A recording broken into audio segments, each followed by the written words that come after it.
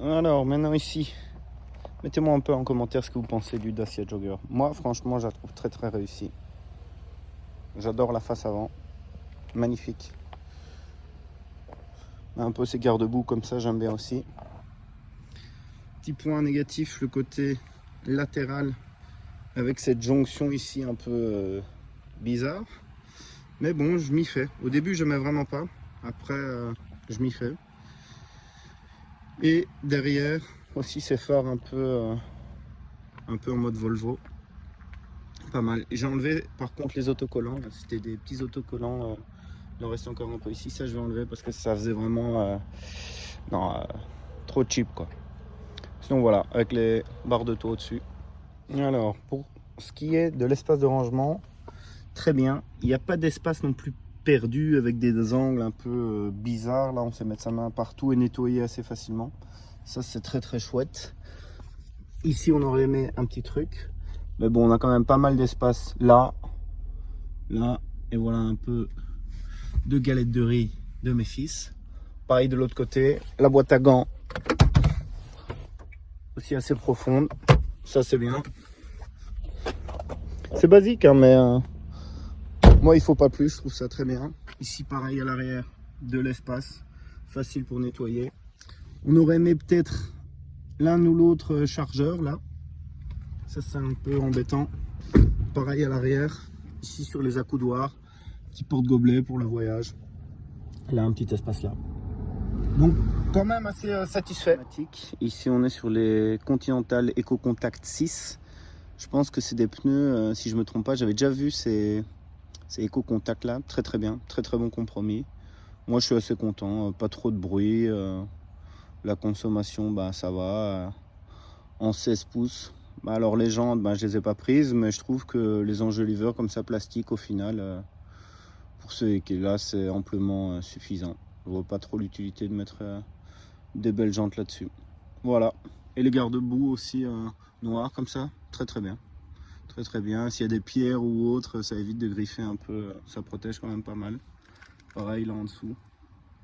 Ça se met bien. Moi je suis assez content. Dites-moi un peu ce que vous pensez de ces pneumatiques, des roues en général. Alors, qu'est-ce que ça donne les places arrière dans le Dacia Jogger? Bah très très bien, encore une fois, hein. Là, il y a la place pour mes deux fils. Et on sait prendre vraiment 3 enfants, même les adultes. Le tunnel ici, il n'est pas trop grand, donc on a de l'espace quand même pour les pieds. La hauteur, on peut y aller vraiment avant de toucher. Et pareil à l'arrière, on peut mettre aussi vraiment 2 adultes. Bon, ça sera un peu plus serré. Mais on sait vraiment mettre 7 adultes dans cette Dacia Jogger. Donc ça, c'est vraiment un point très très positif. Après, si vous voulez partir en vacances, il faudra mettre le coffre de toit, ça c'est sûr. Parce qu'à l'arrière, on peut mettre quelques petits cabas ou des sacs mous. Mais voilà. Donc, super content du volume et de l'espace. Alors, le volume de coffre. J'ai ici enlevé les petits autocollants. Je les trouvais très très moches. Donc, on a un tout petit coffre ici quand ça s'est rabattu. Je vais essayer à une main. Ouais, c'est comme ça. Vous voyez, ça c'est quand même assez petit. Bon, on sait mettre des petits cabas de course et 2-3 trucs. Quand on rabat ceci assez facilement, on a déjà un peu plus de volume pour stocker. Après, on perd un peu en hauteur, mais ça dépanne quand même pas mal, surtout pour garder l'option du 7 places. Donc ça, c'est vraiment intéressant. Et donc, quand on enlève ça, même on peut rabattre aussi comme ceci. Déjà, on gagne un peu plus, vous voyez. Mais là, on a vraiment un très très beau coffre avec une hauteur aussi assez énorme. Et donc, si on couche ça aussi, on a un super beau volume de coffre. Alors, le freinage et l'accélération sur la Dacia Jogger, je suis très très étonné du turbo. Donc, c'est un 3 cylindres et je m'attendais pas du tout à ça. Au final, hein, en force de l'utiliser, parce qu'au début, c'était autre chose. Sur un test de 15-20 minutes, c'est pas évident de se faire un vrai avis. Donc, c'est pour ça que je vous invite, louez-la pendant, si vous voulez chercher à l'acheter pour vous, louez-la pendant un jour, une semaine ou un mois même, et vous aurez une idée beaucoup plus représentative de ça.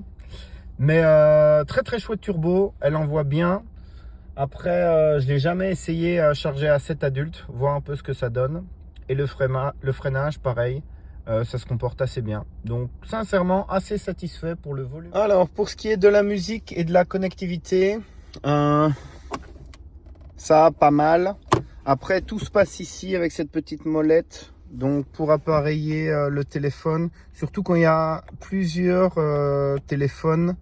Non, c'était pas ça. Plusieurs téléphones dans la voiture, enfin connectés à la voiture. Vous voyez, il faut aller chercher à chaque fois, appareiller et sélectionner le téléphone, sinon ça prend l'avantage sur l'un sur l'autre.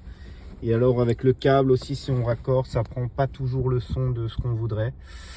Donc bon, encore une fois, pas top, pas super intuitif avec les nouveaux écrans qu'il y a dans d'autres gammes et tout ça. Et le son n'est pas non plus génial. Mais encore une fois, rapport qualité-prix, franchement, c'est excellent ce qu'ils ont fait. Donc moi, je suis très satisfait. Si vous voulez tester la Dacia Jogger et la louer, le lien dans la bio ou en DM, on est présent sur tous les réseaux. Allez, ciao, ciao. Liberté, spontanéité. À plus. Alors, la consommation de la Dacia Jogger, ça, c'est un bon mix. À savoir aussi que j'ai quand même un peu tiré dedans au début pour voir un peu ce qu'elle avait, son turbo, accélération et tout ça. Donc, je pense qu'on peut faire beaucoup mieux. Mais allez, de manière honnête, c'est ça. Donc ça, il y a de l'autoroute, pas mal de villes, accélération et tout ça. C'est assez représentatif de ce que la voiture consomme en essence. Je vais essayer de vous faire une autre petite vidéo où je vais diminuer au maximum la vitesse moyenne. Voilà, instantané. L'autonomie, on est à 620 km. Je vais un peu rouler, le plein est presque à fond. Mais voilà, 650, 700 grand max. Si vous cherchez...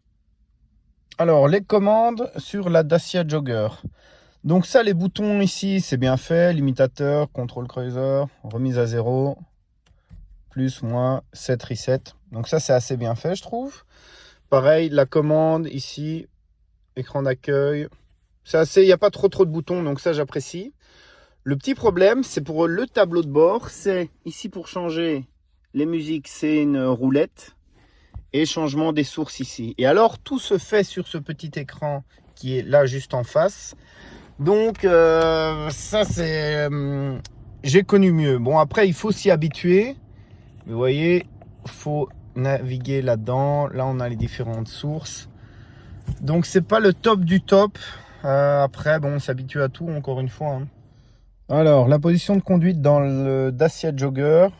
Bien, je trouve que dans les autres monospaces, on a vraiment l'impression d'être sur un bateau un peu trop comme ça et surplombé tout ça. Ici, c'est pas du tout le cas. Donc c'est entre les deux.